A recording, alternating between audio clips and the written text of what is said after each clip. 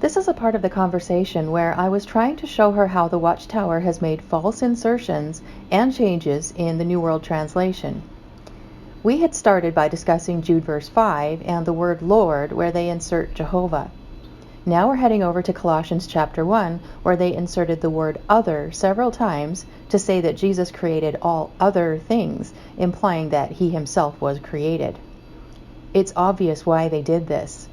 If the Bible is right in saying that Jesus created all things, that means he is not created.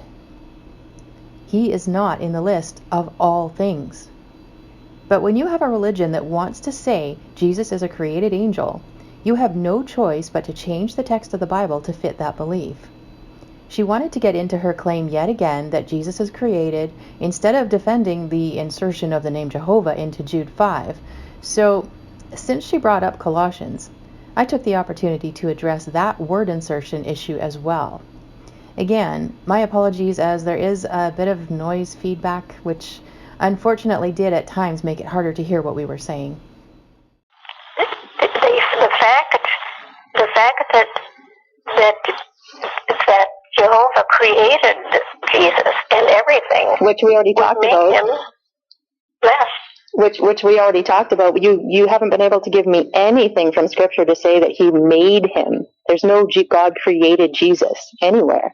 But you mean he was already created? He was never created. He was never created. He was always in eternal pre-existence with the Father. That's what John 1:1 says that we talked about before. No, but when you read Scripture, it was in Colossians and Philippians and all different verses of Scripture that speaks of a begotten God, and a begotten means made. Does it always mean made in the Scripture? Begotten, no, like birth, you know. No, not always. Begat. Do you remember the older editions of the Hebrew Scriptures? When they give genealogy, they always add. Oh, sure. Begat so and so. It can mean that. Like that. It can mean that. Got lots of begats in there. Yeah. But. And begat means made, birth. No, it doesn't mean birth. Let's take an example. So you were talking Colossians. Why don't we go there?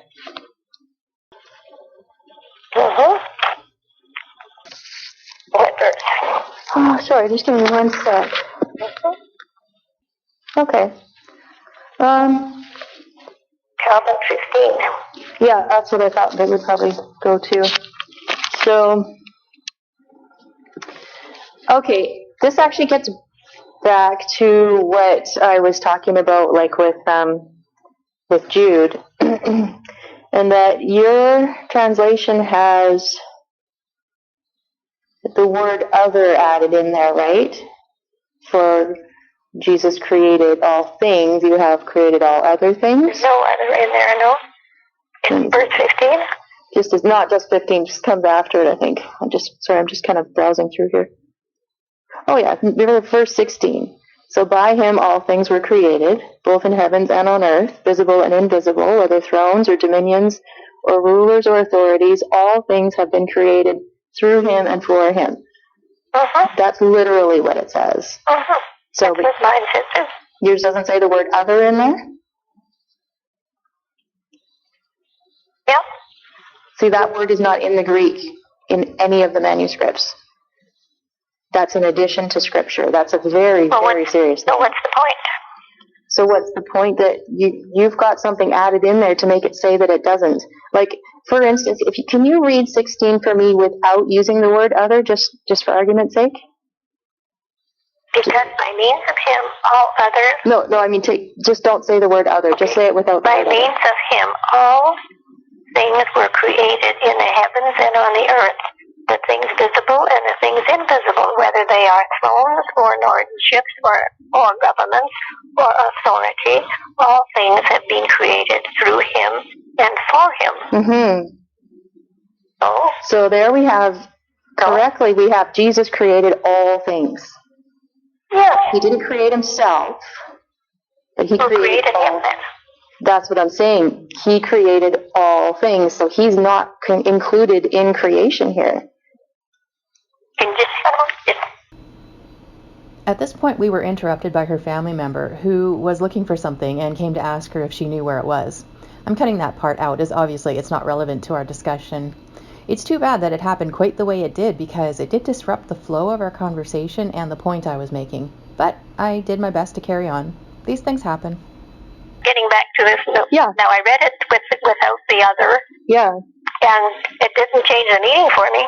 Well, okay, if you if you draw a circle on the page, Pardon? if you were to just bear with me here. If you were to draw a circle on a page.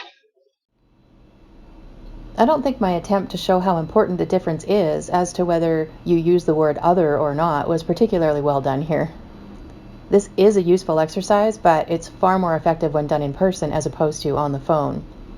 It's similar to how Christian apologist Greg Koukl presents the argument. You can read more detail about that in an article posted on the Gospel Coalition website. I'll put the link in the notes below for anyone who's interested. And you were to put all things, just write down all things inside that circle. So these are the things that are created, all things. And it gets exhaustive there, right? So we're talking rulers, authorities, the universe, invisible, visible, all things are created by Christ. Now, if you've got creation, you've got all things, and you can write that inside the circle because that's all within stuff that is created by Christ.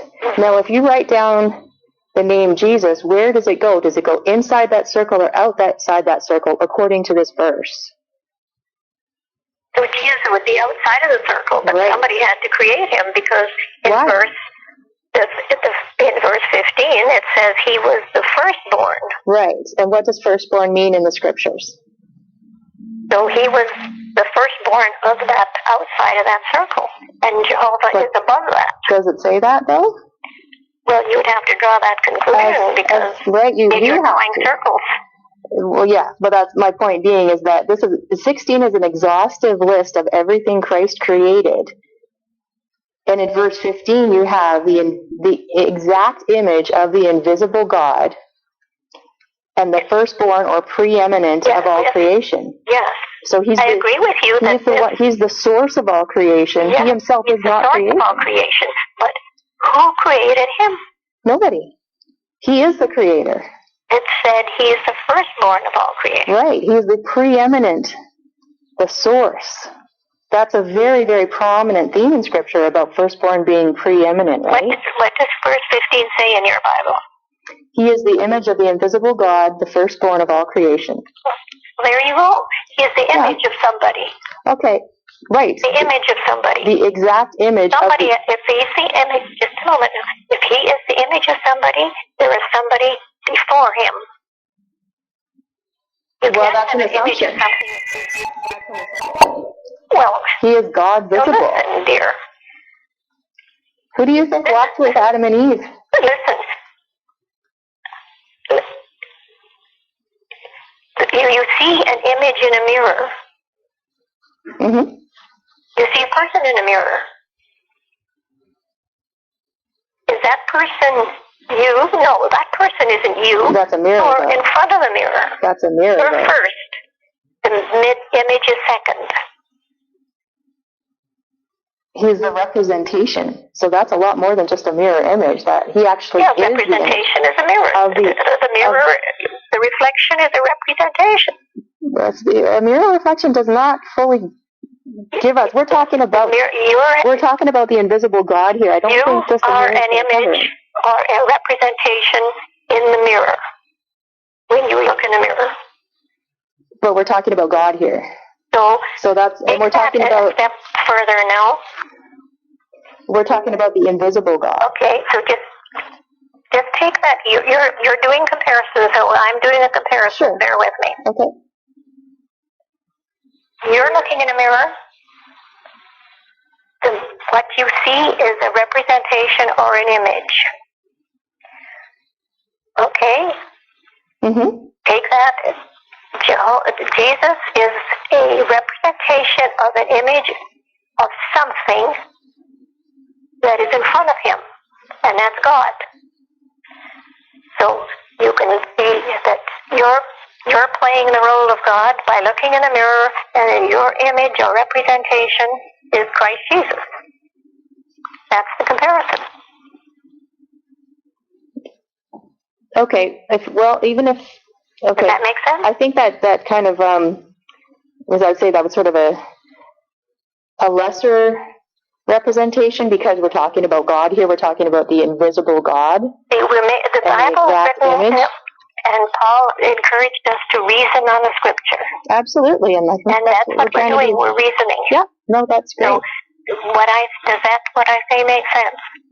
Yeah, I understand what you're saying.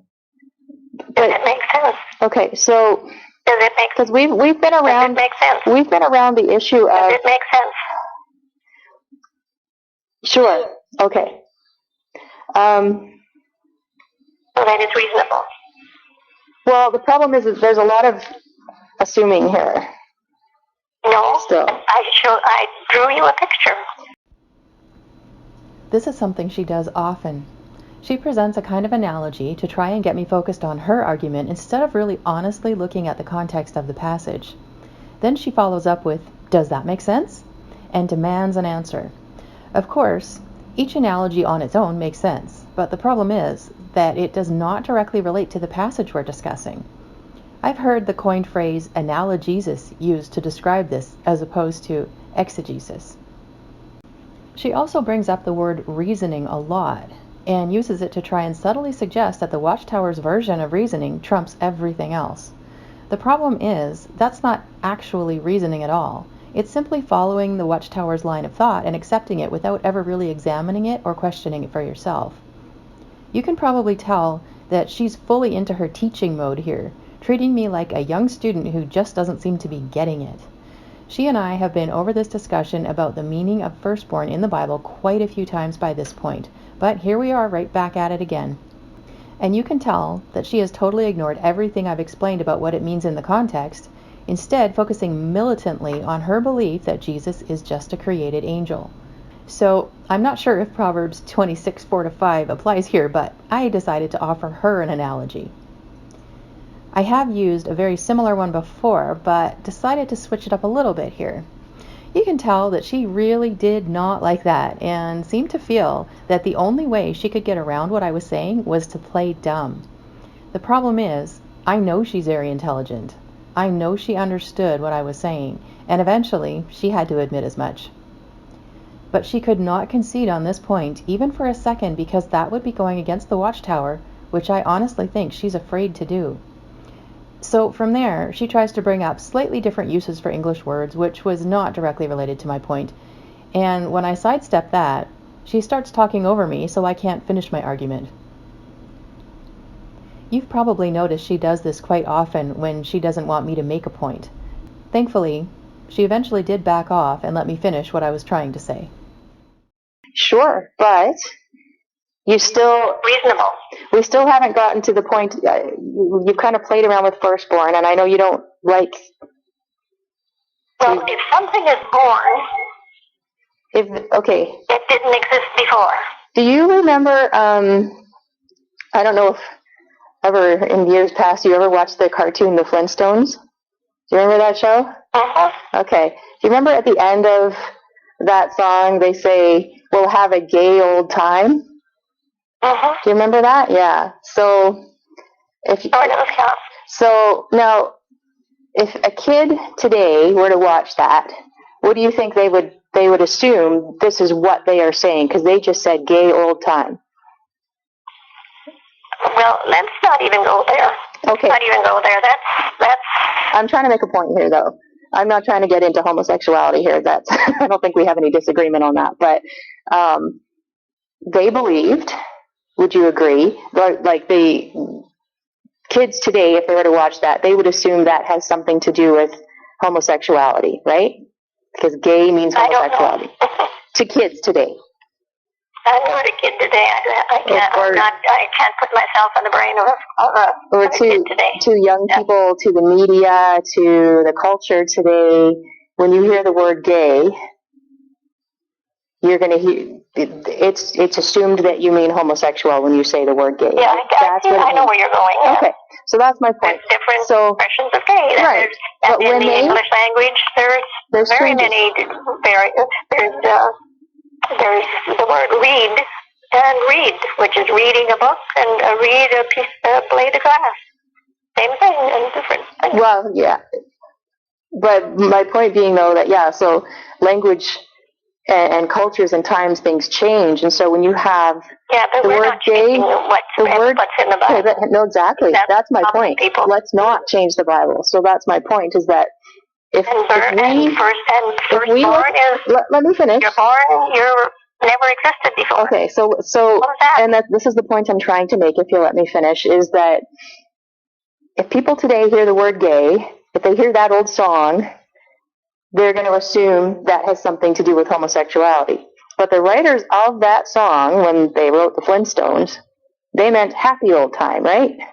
That's what the word gay meant then. And so when people in that day talked about having a gay time or being gay, they meant happy or joyous. So what are you getting at? My point being, when we look at how Scripture uses the word firstborn, we need to be careful not to be, the word is anachronistic, where we're feeding something that we understand today as firstborn back into what the Scripture was saying then. Now, when we look at Jacob and Esau, for instance, who was the firstborn of Jacob and Esau? Well, Esau. Technically Esau was born first, but Jehovah called Jacob the firstborn. So he was the preeminent one, and that is how he used that. Not just for Jacob, he used it for David, for Israel, for lots of different things. Absolutely. He absolutely can, and that's why he uses that. Yes, Jehovah, the very name that he is, that Jehovah means that I can cause anything to be what I want it to be for his purpose. Right. And so Esau, he chose Esau. Why did he change? Why did he change from Esau to Jacob? Because he saw Esau's heart condition. Did you hear anything wrong with this statement? We'll pick up right here next time.